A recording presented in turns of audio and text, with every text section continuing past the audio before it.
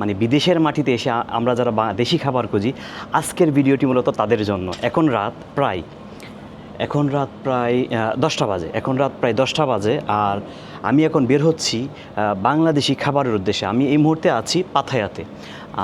আমি বাংলাদেশি খাবারের উদ্দেশ্যে বের হওয়ার মূল কারণ হচ্ছে আমার জন্য কোনো প্রবলেম নাই, আমি সব খাবার খেতে পারি। আর থাইল্যান্ডকে বলা হয় খাবারের স্বর্গরাজ্য।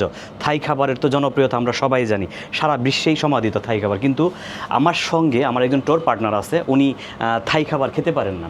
সো ওনার জন্য আমাকে আজকে বাংলাদেশি খাবার খুঁজতে হবে, হোটেল খুঁজতে হবে। তো চলেন দেখি, ভাই দাঁড়ায় আছে এখানে। আর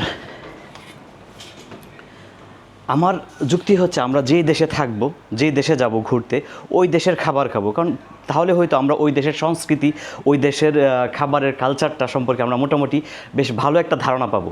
তাই আমি যেই দেশেই যাই না কেন, ওই দেশের সংস্কৃতি সম্পর্কে বোঝার চেষ্টা করি, খাবার সম্পর্কে ধারণা নেওয়ার চেষ্টা করি।